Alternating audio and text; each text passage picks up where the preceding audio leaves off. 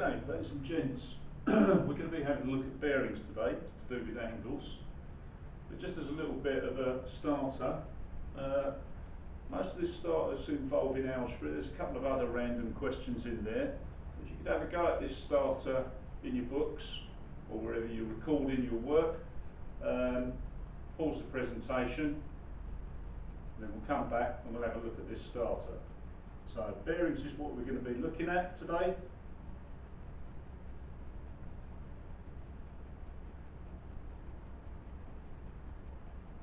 There's your start questions. A little bit of simple algebra, one or two other random questions. Pause your presentation, do your questions, and then we'll come back and provide some answers to you. Okay. Expand and simplify. Everything inside the bracket must be multiplied by what's outside the bracket.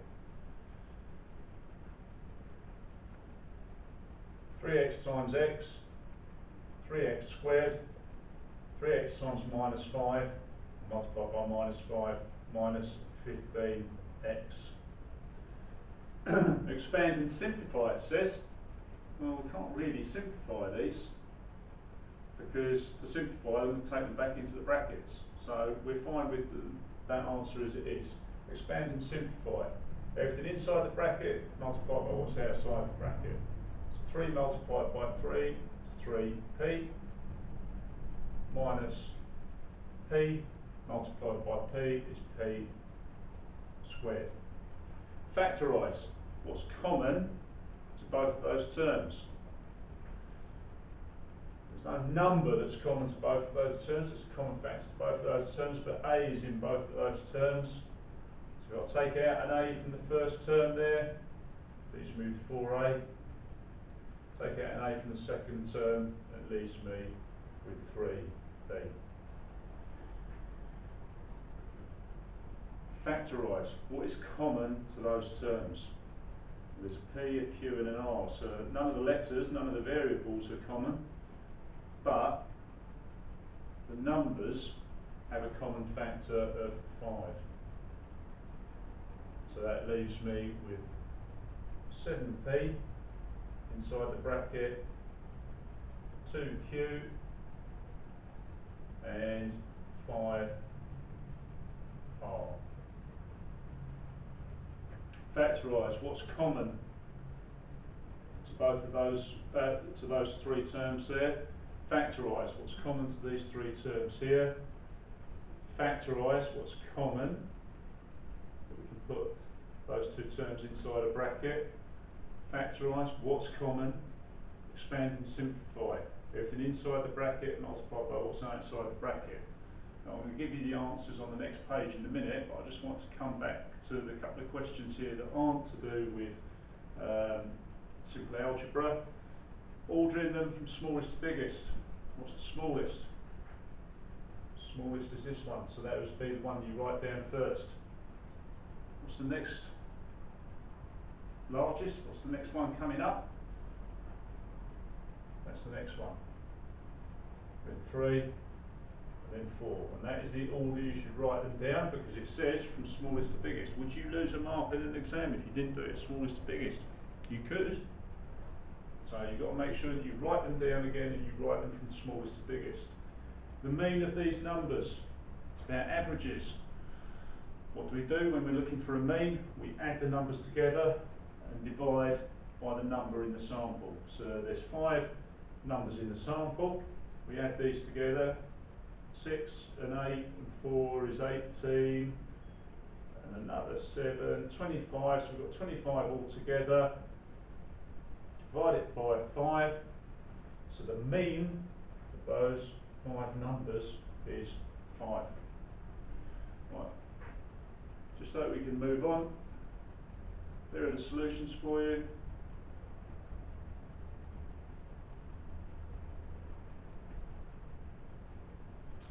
So these are the ones that I haven't run through.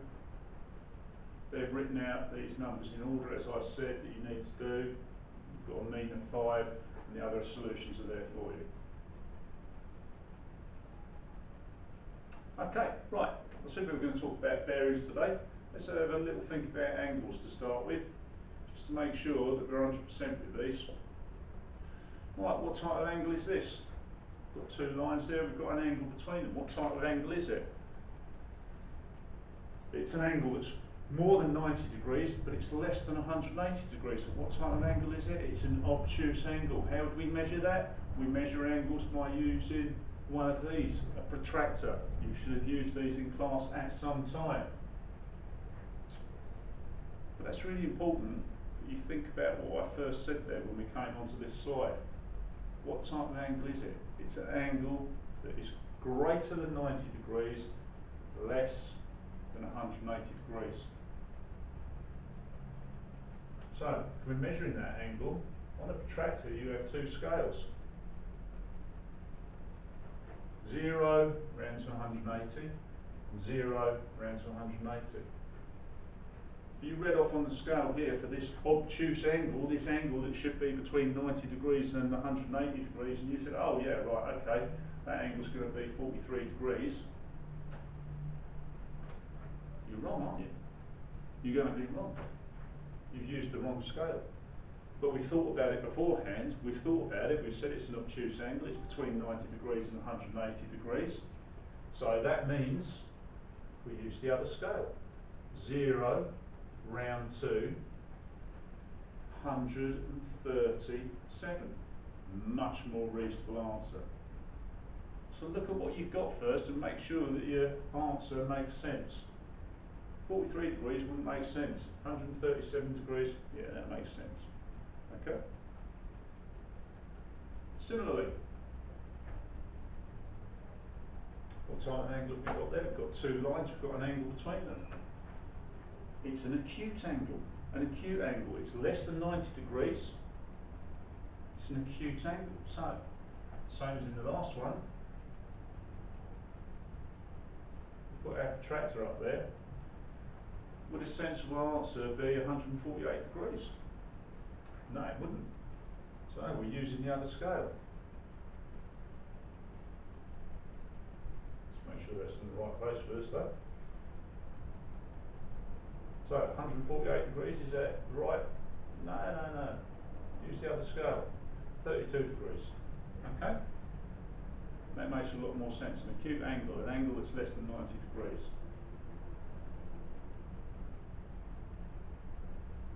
What about this one? Got two straight lines, and this is the angle I'm interested in. What type of angle is it? It's a reflex angle. So it is more than 90 degrees, it's more than 180 degrees, and it's coming back on itself. But how do we measure that with a protractor?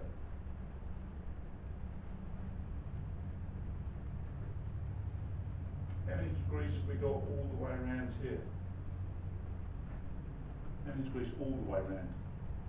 360 degrees. So what we can do is this. We get our protractor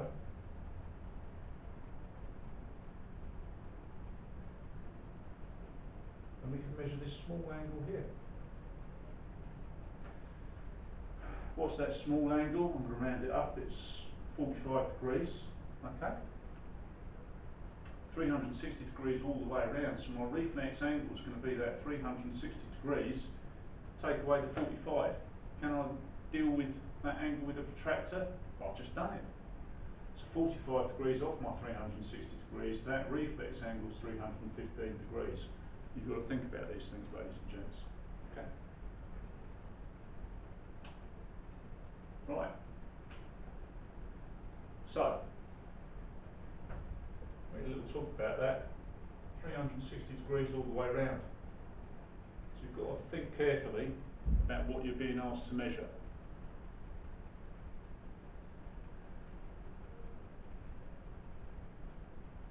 If you know that angle there, does that mean that you can work out that angle there? Yeah, of course it does. We know this angle, we just take this angle away from 360 degrees, and that will give us this angle. Okay? So just think practically, try and think practically when you're dealing with bearings. Right, compass points. This is general knowledge, ladies and gents. North, east, south, west. They're the four main compass points: north, east, south and west. I was taught never eat shredded wheat as a way of remembering it. Other people have got different ways. Less said about those the better, but never eat shredded wheat. In between, north, east, south, east, south, west, north, west. Okay? They're your 8 compass points that you should really be aware of. It's not just about maths, it's about geography. If you want to be a pilot, you need to have a really good understanding of this and bearings. If you wanted to captain a ship, if you want to go sailing and you've got to navigate, you need a really good understanding of this.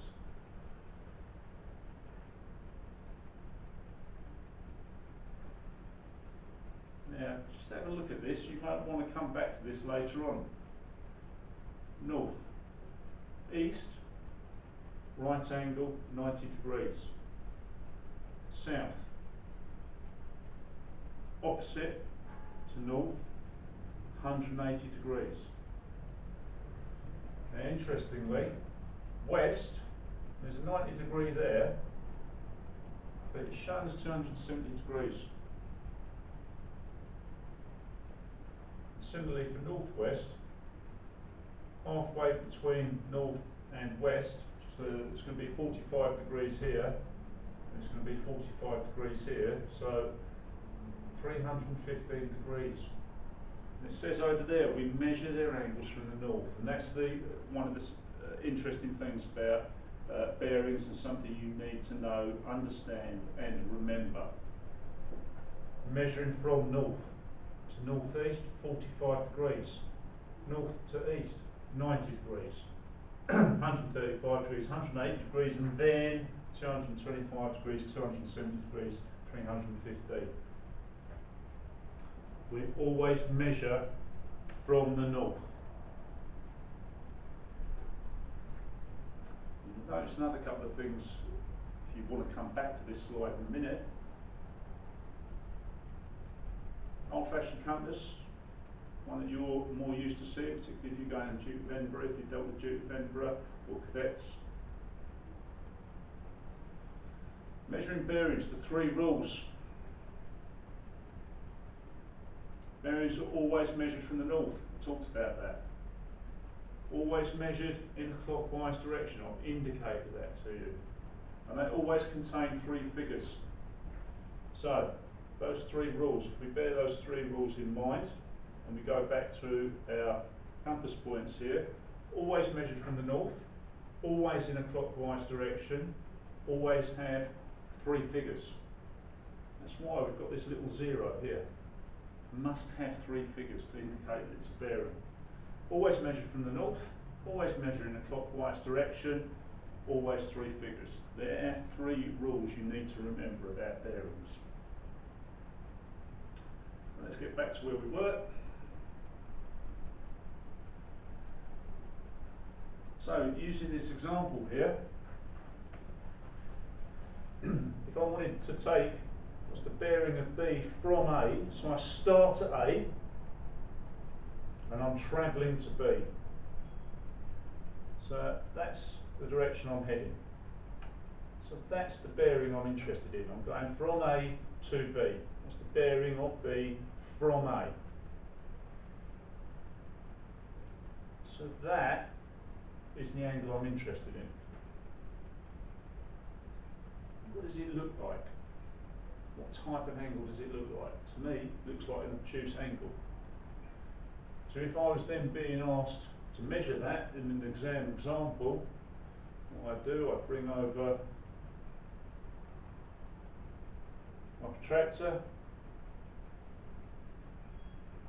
read around the scale.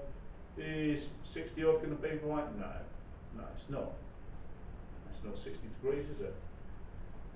What's going to be a lot more correct? Yeah, it's about 120, 118 degrees if I wanted to do that accurately. So, have I measured from the north? Have I gone in a clockwise direction? Yes, I have. Have I got three figures? Yeah, I have.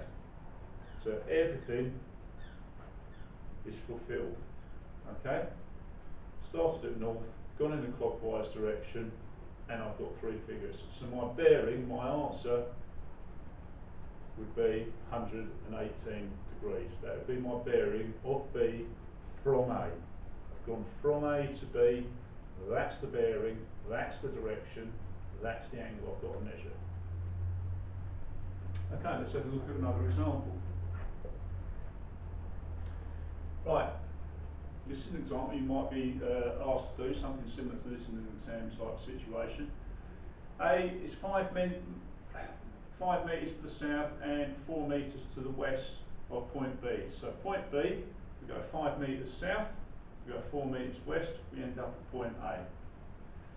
Draw a scale drawing the positions in A and B. So you can do that.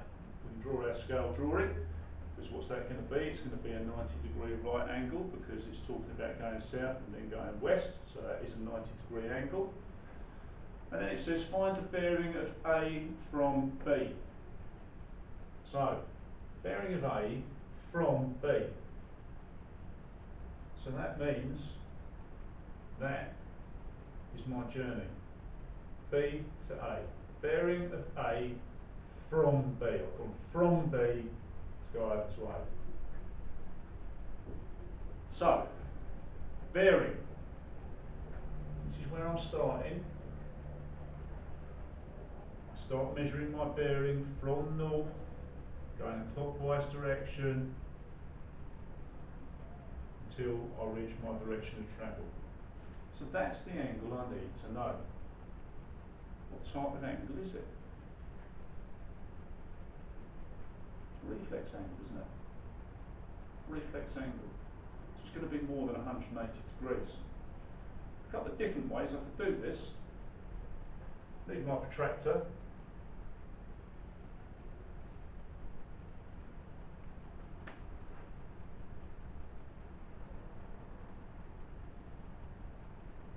Okay.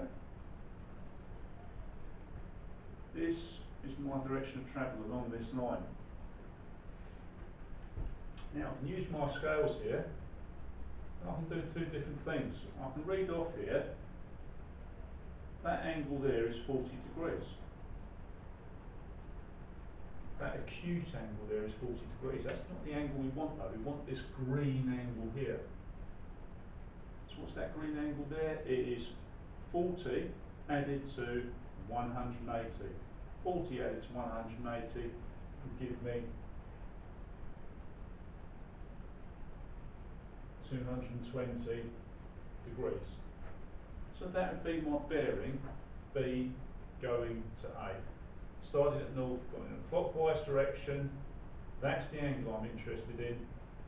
I can use my protractor to measure that little angle, that acute angle, add it to the 180 that I would have travelled round to get to that point, and I'll make 220. Alternatively, you could look at the other scale and you could say, right, that is 140 degrees round to there, and take that 140 degrees away from 360. So it's 360 degrees all the way round. We've used up 140 there. Take that away from my 360, what do I get? I get 220 degrees again. Have I started at north? Have I gone in a clockwise direction? Have I ended up with a three-figure number, a three-digit number? Yeah, I have. So I've done everything that I need to do to get the bearing of A from B. So let's just move this out of the way.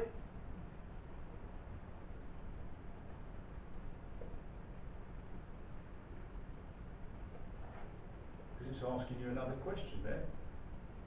It's now asking you, oops, make sure a nice clear board there. It's now asking you, find the bearing of B from A. So we're starting at A this time, and we're going up to B. Okay, you've got to do a little bit of work here, you've got to think a little bit. We're going from here up to there, and we need to find the bearing. It's my direction of travel, but I need to do a little bit more. I'm going from here to here. I need to give myself a north line to refer to. So that's north. Straight up the page, that's north. And the bearing is going to be start at north, clockwise direction, go around to my direction of travel. So that's my bearing that I'm interested in there. That's the angle I'm interested in. That's the angle I'd have to measure. So I can do that. Go over, get my protractor.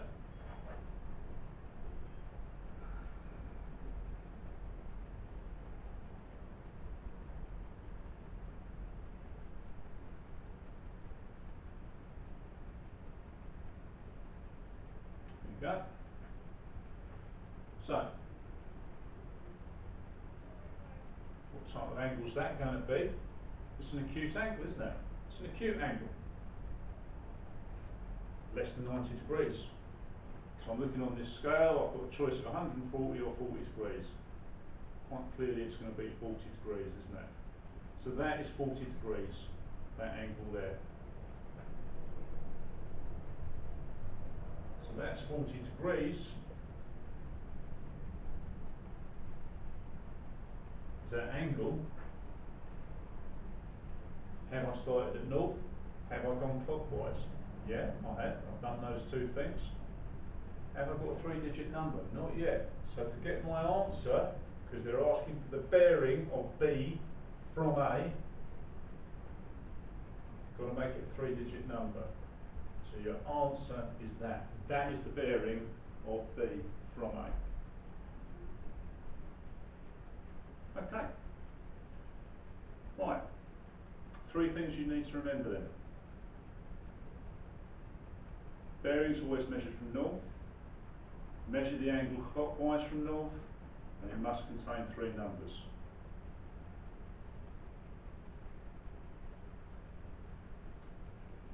Just going to remind you of one more thing before we go on to the next batch of questions though.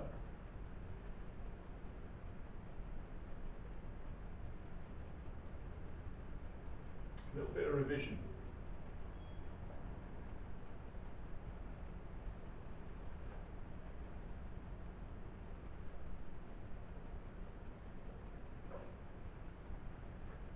Two parallel lines. Remember those arrows on the lines indicate that those 2 lines are parallel. And we've got another line that's crossing them.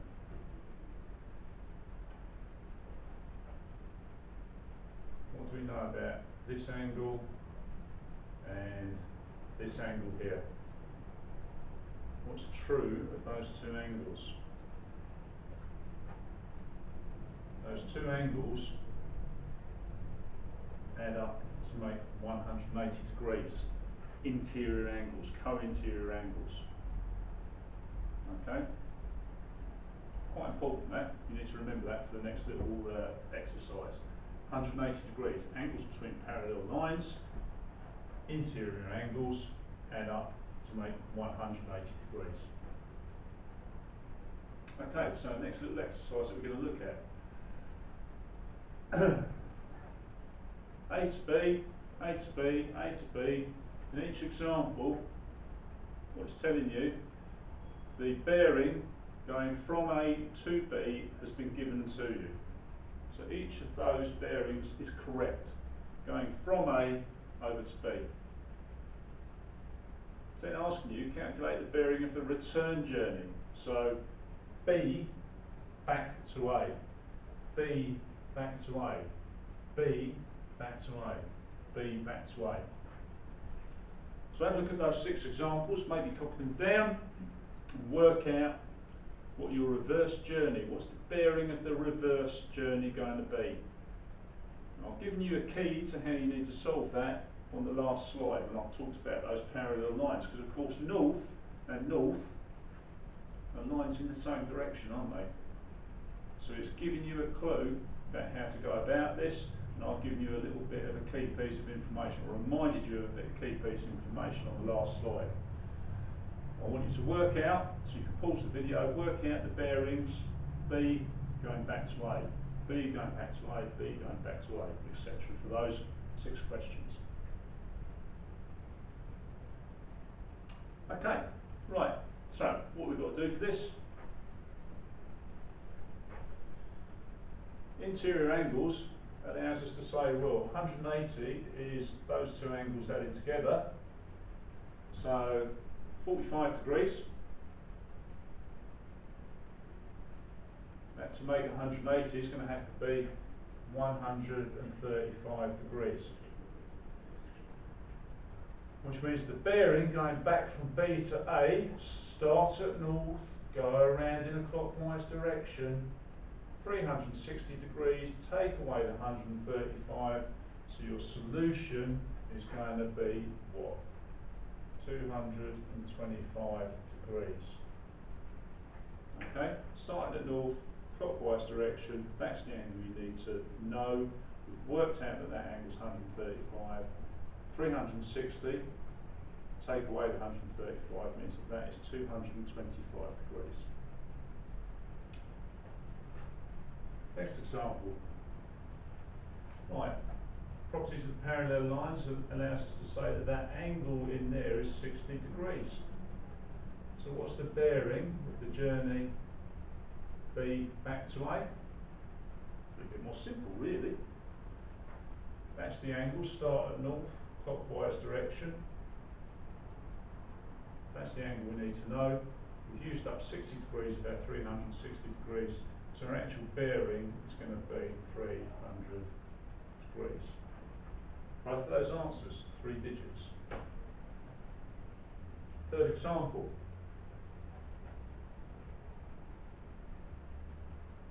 Parallel lines allows us to work out that this angle here, obviously not drawn to scale here, this angle in here is going to be what? It's got to be 20 degrees. Used up 20 degrees. Start at north, clockwise direction. That angle has got to be 340 degrees. Okay. Right, a little bit different now. It's given us the bearing going from A to B, so it's 200 degrees. Yeah, they started at north, they've gone in a clockwise direction. That's the journey they're making, so that's 200 degrees. But they want you to give the bearing of the return journey going from B back to A, so it is this journey here. B back to A. Okay, all right, a little bit more complicated. But what can we tell from that 200 degrees there? We now know that that is 160 degrees in here. That means that is 20 degrees in there. So this angle in here is 20 degrees. So the bearing, B back to A, that's a 20 degree angle. The bearing is going to be 0 to 0 degrees. Okay, similar. They've given us the bearing going from A to B, start at north, clockwise direction, 320 degrees. Okay, that's fairly straightforward.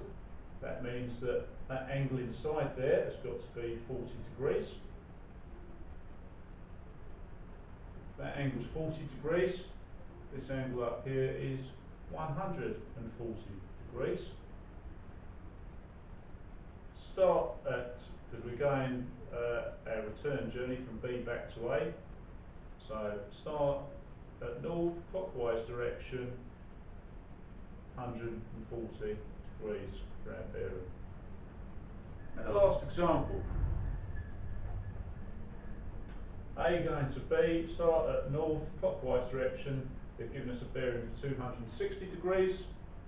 So out of our 360, we've used 260, so that angle in there is 100 degrees.